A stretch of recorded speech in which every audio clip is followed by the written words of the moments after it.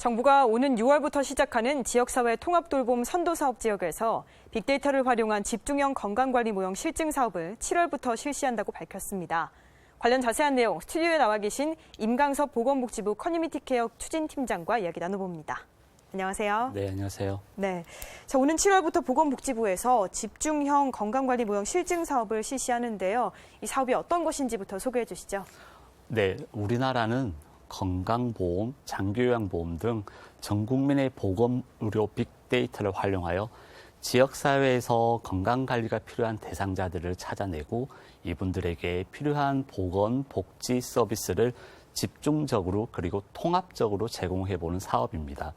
6월부터 실시되는 지역사회 통합돌봄 선도사업 지역에서 희망하는 대상자에 한하여 시범적으로 적용해보고 그 효과를 분석하여 모형을 보완 발전시켜 나가고자 실증 사업이라 하였습니다. 네, 자, 그러면 이 건강관리 모형 실증 사업을 실시하게 된 배경은 뭘까요?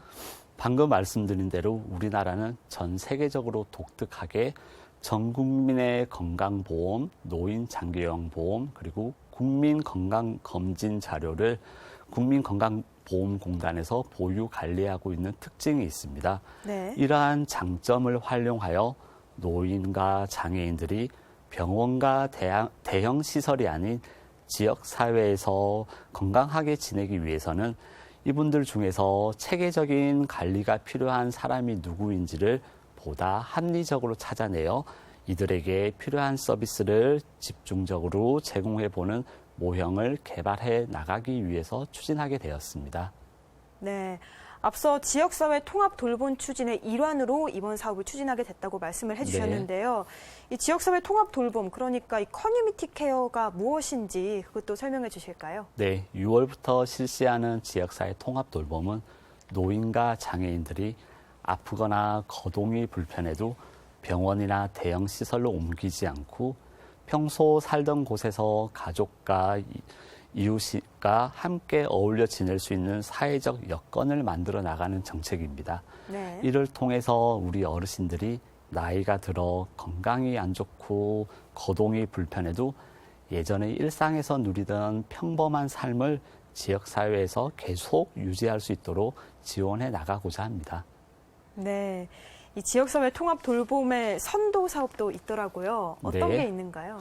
네, 그 노인과 장애인들이 병원과 대형 시설이 아닌 지역사회에서 지내기 위해서는 주거부터 보건의료, 돌봄, 요양 등 다양한 서비스를 복합적으로 필요합니다. 이들이 필요한 다양한 서비스를 지역사회에서 어떻게 하면 통합적으로 제공할 수 있을지 그 방법을 찾아보기 위하여 선도 사업을 실시하는 것입니다. 네. 자, 우리나라에서 고유한 이 전국민 보건의료 빅데이터를 가지고 있기 때문에 앞서 이렇게 세 가지를 가지고 있다. 이 장점을 활용해서 이번 사업을 하려고 한다. 이렇게 짚어주셨는데요. 이걸 건강관리 대상자를 선정할 때 빅데이터를 활용을 하는 거잖아요. 이게 어떻게 발굴하실 계획인지도 궁금합니다.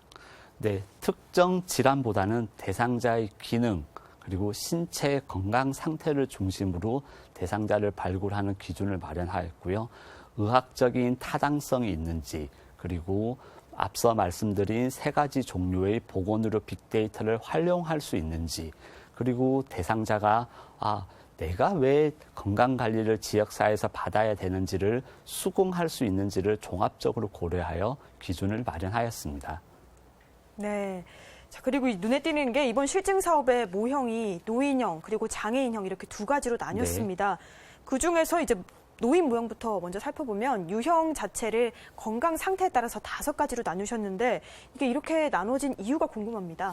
네, 외국의 논문이나 국내의 유사한 사업들에 대한 연구 결과를 살펴보면 어르신이 왜 평소 살던 집을 떠나 시설로 그 생활의 터전을 옮기는지에 대한 원인들을 찾을 수 있었습니다. 네. 흡연과 음주 등 생활 습관의 문제, 안 좋은 생활 습관이 쌓여서 생긴 만성병의 문제, 만성질환이 악화되어 생긴 합병증, 그리고 골절 등으로 인하여 병원 입원한 경험이 있는지, 퇴원 후 적절하게 관리가 되지 못하여 악화된 신체 건강 상태의 문제가 있는지, 그리고 주변의 누군가로부터 돌봄의 도움을 받을 수 있는지 이러한 요인들을 종합적으로 유형화해 보니 보다 집중적인 건강관리가 필요한 대상자 유형을 크게 5가지로 분류할 수 있었습니다. 네, 거시적으로는 건강 상태에 따라 분류를 한 거지만 네. 좀 더 세부적으로 생활 습관이라던가 관리가 네. 가능한지 등을 다 고려한 거군요. 네, 그렇습니다. 네. 자, 그러면 말씀해주신 이 대상자 유형들에 대해서 좀 꼼꼼히 짚어보도록 하겠습니다.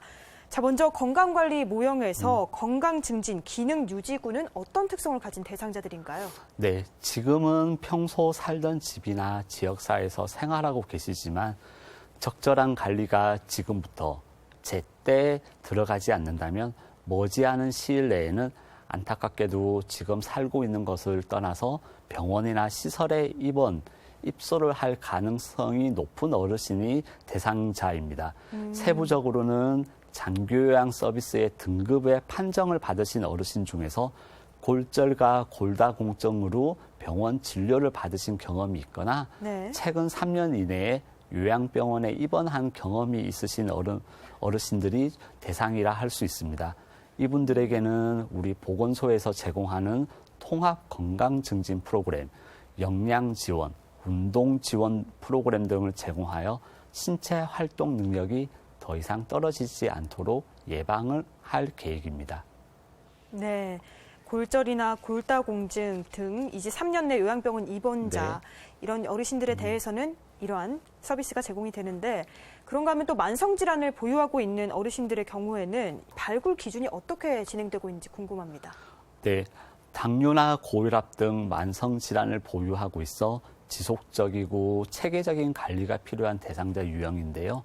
세부적으로는 고혈압과 당뇨병을 포함하여 3가지 이상의 만성질환을 진단받으신 분, 그리고 건강검진을 받은 결과 만성질환이 있는 것으로 의심됨에도 불구하고 병원을 이용하지 않는 분들, 그리고 만성질환자 중에서 많은 약을 복용하고 있어서 약제 관리가 필요하신 분들이 대상자입니다. 이분들에게는 지역사회 1차 의료 만성질환 관리 사업, 복약 지원 사업, 그리고 의료인의 방문 진료 서비스 등을 제공하여 만성질환의 합병증이 발생하는 것을 조기에 예방하고자 합니다. 네, 말씀을 듣다 보니까 정말 빅데이터가 활용하는 게 굉장히 중요한 것 네, 같은데요. 그렇습니다. 예. 자, 이번 지역사회 통합 돌봄의 핵심이 되는 대상이 아무래도 퇴원하는 이행기 환자군 그리고 또 요양병원의 장기 입원군이 될 것 같은데요.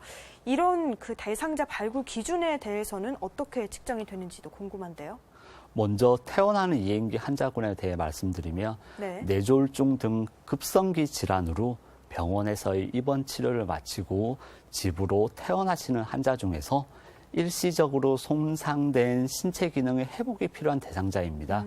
이분들에게는 그분들의 신체 상황에 맞게 집 내에 안전 손잡이를 설치한다든지 주거와 복지 서비스를 제공하고 지역사회의 병원이나 보건소의 재활 프로그램을 통하여 신체 기능이 더 이상 악화되는 것을 방지하고자 합니다. 그리고 2번째, 요양병원 장기 입원군은 요양병원 입원을 통한 의료적 관리의 필요성은 달성하였다고 의료인이 판단하였으나 네. 의료적인 이유가 아닌 다른 이유로 병원에 계속하여 입원하고 계신 분들이 대상인데요. 이분들에게는 요양병원 퇴원 지원 사업을 통하여 환자 맞춤형 퇴원 계획을 수립한 후 지역사회와 연계하여 주거, 보건의료, 요양, 돌봄 등의 서비스를 종합적으로 제공하여 이른바 사회적 입원을 최소화하고자 합니다. 네. 근데 말씀을 듣다 보니까 다른 이유로 요양병원에 입원하고 있는 네. 환자라고 말씀해 주셨는데 어떤 경우가 해당이 될까요?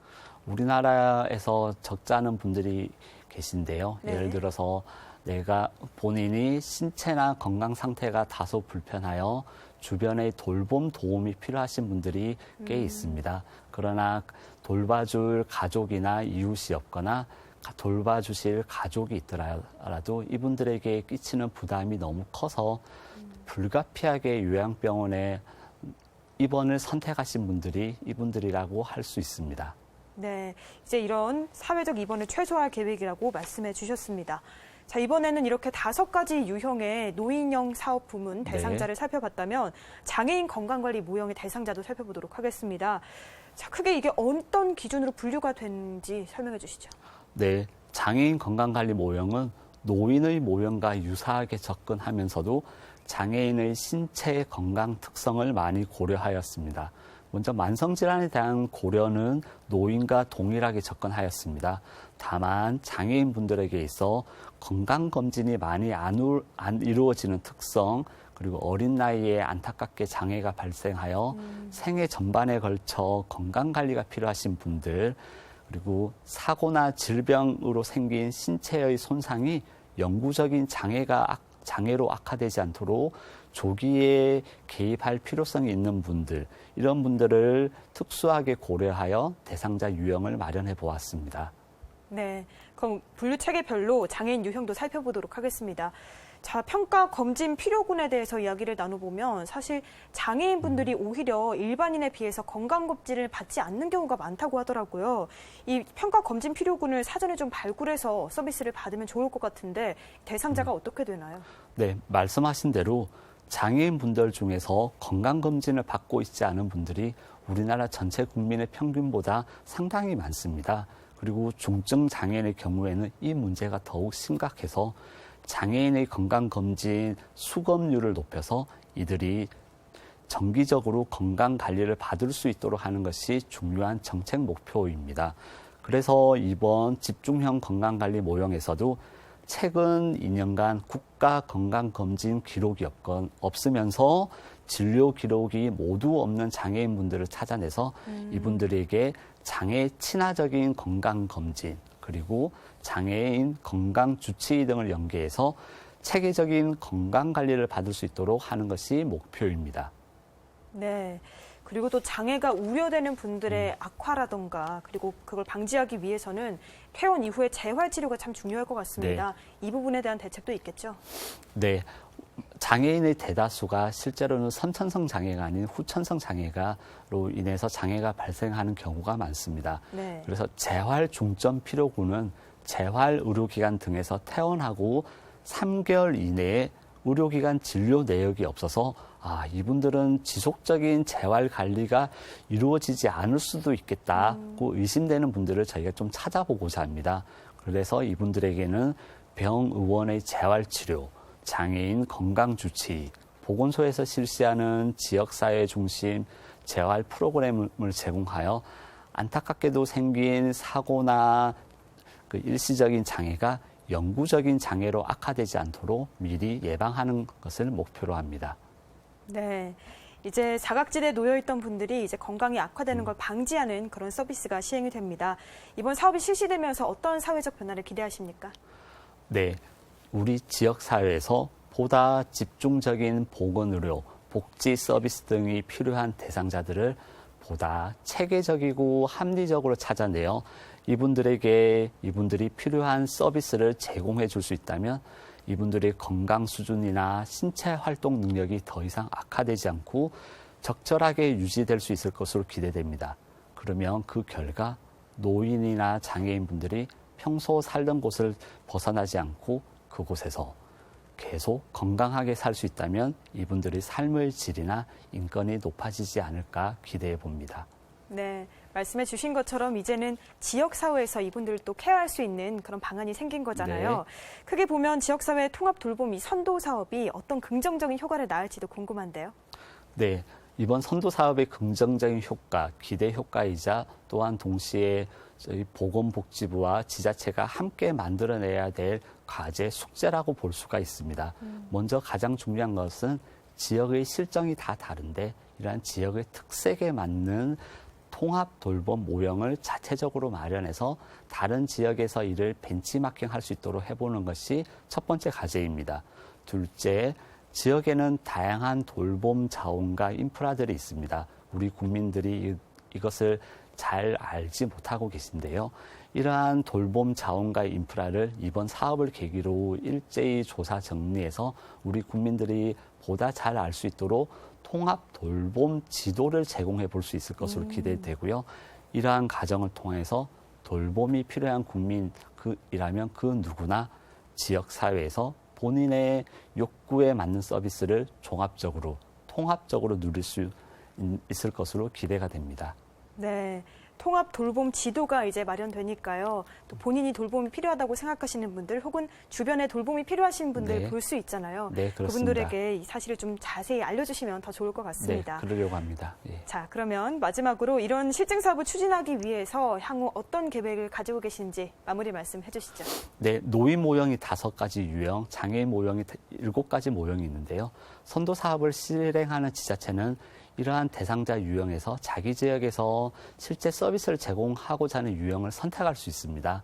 그러면 국민건강보험공단에서 대상자 개개인별로 여러분의 개인정보를 지자체에 제공해도 되는지, 그리고 지자체에서 이러한 서비스를 받기를 동의하시는지를 일일이 확인하여 동의한 대상자에 한하여 그 명단을 지자체에 제공할 계획입니다.